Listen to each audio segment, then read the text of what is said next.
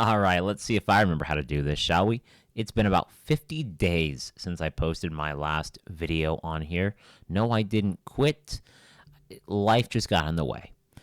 The video that I wanted to post almost 50 days ago, if memory serves, was a review on Novocaine, a movie that I really, really enjoyed.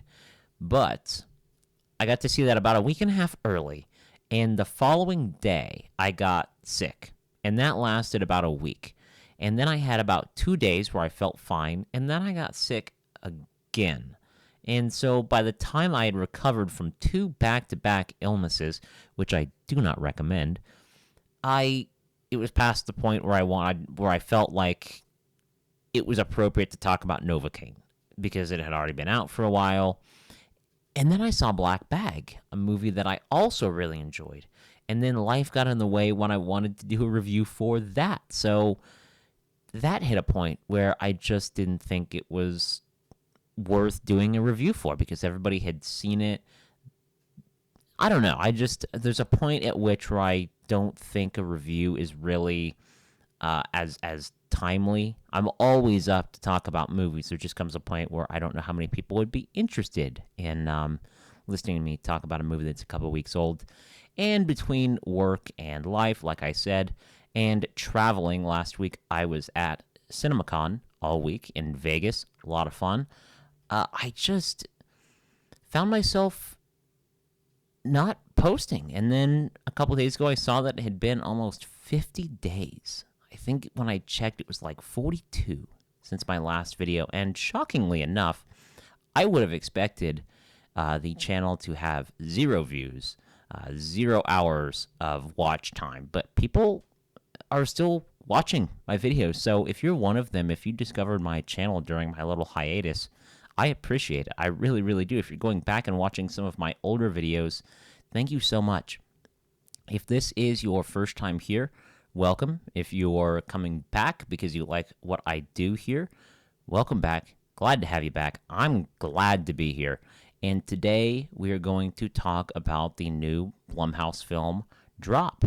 And per IMDb, the synopsis here, a widowed mother's first date in years takes a terrifying turn when she's bombarded with anonymous threatening messages on her phone during her upscale dinner, leaving her questioning if her charming date is behind the harassment. Christopher Landon, the director of this film, is a director that every time he comes out with a film, I'm excited to see it. He clearly has a passion for the genre that he likes to play in, which is clearly the horror thriller sandbox, and he always does it in a really creative, fun way. He knows what will entertain audiences, and after seeing Drop tonight with a pretty packed audience, I can say he's done it yet again. Drop was a lot of fun. I went in expecting to have a good time because, again, Christopher Landon, I liked the premise. The reviews out of South by Southwest had me excited. So I really didn't have any trepidation going into this film. I was just excited to have fun with another thriller in theaters, and that delivered all of that. It starts off with, and I'm not going to talk about this in too much detail because I had a lot of fun watching it unfold, but actually the intro of the movie with the credits of the actors, and the producers, that was done so creatively, and I had a lot of fun looking at the imagery that was flying past you. If you've seen the film, you know what I'm talking about. If you haven't, you will when you go watch the movie. But just from that intro alone, I knew that this was going to be a pretty fun movie. It was clever. Again, there's a lot of little things that I was picking up on. It was really kind of entertaining for an opening credits scene. I wasn't expecting that at all, but it was a really welcome surprise. Then the movie wastes no time bringing you in on the lead character, Violet's life and her situation. The opening scene, when you are learning to write a script, an important thing is having a hook early on. both for the reader and for the eventual film, is to have a hook. And let me tell you, this movie had a hook. It kind of subverted what I thought it was going to be as kind of like a scene from later on in the movie that's just playing at the beginning to get you hooked in. It's not that. Again, I'm being very vague, just in case you haven't seen the movie. But talk about a way to get you immediately invested in the movie. It was tense. It sucked me right in. And then you immediately start to learn about Violet and her situation. And this is primarily set in one location, which is the restaurant that this date is taking place in. And we'll get to that here in a little bit. But the setup, I think, is very efficient. You sympathize with this character. You understand her hesitation to go on a date because she does also have a young son and the situation that she's been through with him. There's just a lot of pieces at play here that really get you to quickly sympathize with this character.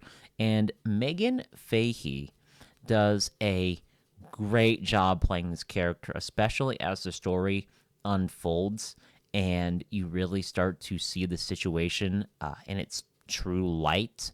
She does a great job trying to remain calm and stay composed and continue this date while being, as the synopsis suggests, harassed constantly throughout this movie, and the pressure that she is feeling as she is asked to do certain things, she conveys it so well. Her performance was both committed and commanding. I thought it was excellent. The movie also has a surprising amount of humor that comes in the form primarily of a waiter within the film. But I did find myself laughing a lot more in this one than I had expected. I thought it would be a pretty more straightforward thriller. Now, I shouldn't say that I'm truly surprised. I mean, Freaky is a comedy as well as a slasher, and Happy Death Day 1 and 2 both have comedy in them, so this is not something that Landon is a stranger to, but I found myself laughing out loud quite a bit more in this one than I had thought, so that was also a pretty welcome surprise to a movie that I was already having a lot of fun with. There is also, given the circumstance surrounding the film, a lot of suspense, and it starts quick. Not long after our two lead characters meet, the suspense just launches, and from there it is an all-out game of guess who, and constantly wondering how she's going to get out of a certain situation, and just all of these little twists and turns. It really leaves you guessing and on the edge of your seat. Not until the third act, but until the very end, if I'm being honest. It was quite a ride that not only was I on board for, but clearly everybody else in the audience was. And one thing that you need to make this work is not only a great lead actress playing Violet, which you have in Fahy, but also a very capable actor playing her date, Henry, and you get that in Brandon Sklenar. Again, if I'm mispronouncing that name, I apologize, but he brings the charm needed to make his character work, and the sympathy that he brings. Again, I'm trying to be kind of vague here because if you don't know too much about the movie, I don't want to give it away. But he brings a lot of sympathy and charm to his character, and the two of them together are instantly likable. It reminded me a lot of the couple in Heart Eyes from earlier this year, where you really almost latch on to them instantly. Like, once they've met, you immediately root for them throughout the rest of the film, and Fahy and Sklenar kind of gave that similar dynamic in their relationship in this film. Again, I want to talk briefly here about Landon's directing because, like I said, he's a director I always look forward to whatever his next project is. He is definitely somebody that I take inspiration from. I think he's a very talented director. And What he does in this film a couple of times, I made specific notes here as I was watching the movie, not on my phone. I take a notepad to the theater so I don't show people my phone screen. The way that he uses suspense and the shot selection to create suspense here were really striking to me, especially in the beginning. His use of the of Violet approaching the restaurant that this date is going to be set at, whether it's her walking to the building or like walking to the elevator, in the elevator, or walking this kind of winding hallway that leads into this kind of circular restaurant that also brings a sense of claustrophobia, because you really feel like there is one way in, one way out, because if you've seen in the trailer, this restaurant is not on the ground floor, and it's creepy. As somebody who is afraid of heights, just the setting alone was enough to kind of make me uneasy. But he really was able to craft a sense of claustrophobia, and like I said, that suspense and that sense of unease from the beginning. And that's before these drops start happening. So just the execution, I thought, was very creative and efficient, and it really brings you in to the story that you are about to witness. So I was excited for this movie, but it did what I was hoping it would do and then some. Now, I enjoyed Act 3, but I think that some people it might not work as well as the first two acts. It does get a bit bombastic. Again, I enjoyed it. I kind of thought it was another step forward in an already crazy story. And by that point, I was like, let's go. Let's take that step. Let's elevate this craziness even more. I was down for it, but I could see that kind of being a sticking point with audiences. But other than that, I think this is just a really, really enjoyable thriller. I can't wait to watch it again and do something that I like to do with a type of movie like this, and go back, rewatch it, and see if you can pick up on the clues that you might have missed that first time around. And not having seen this a second time, obviously, I feel like this has those clues buried within it, and I can't wait to go back to a theater and revisit this film with an audience. Everybody was laughing out loud.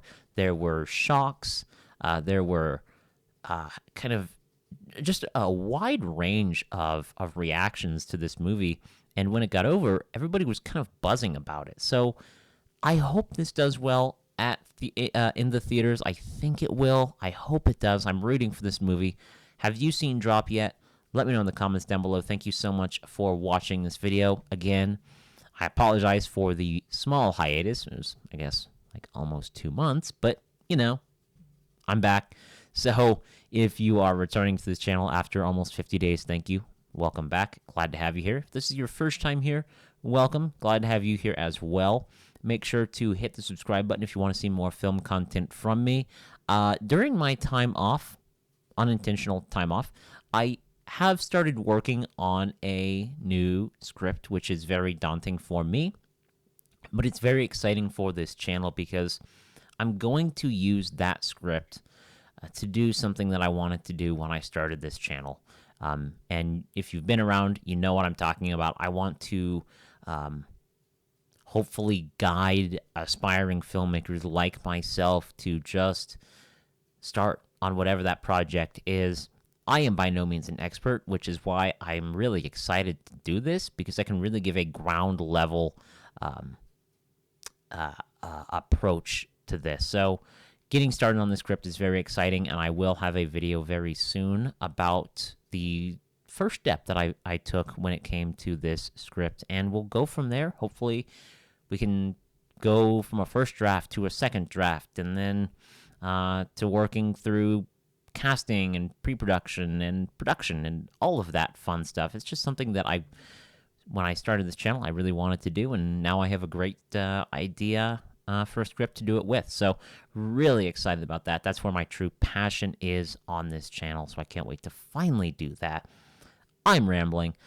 Thank you so much for watching this video, as always.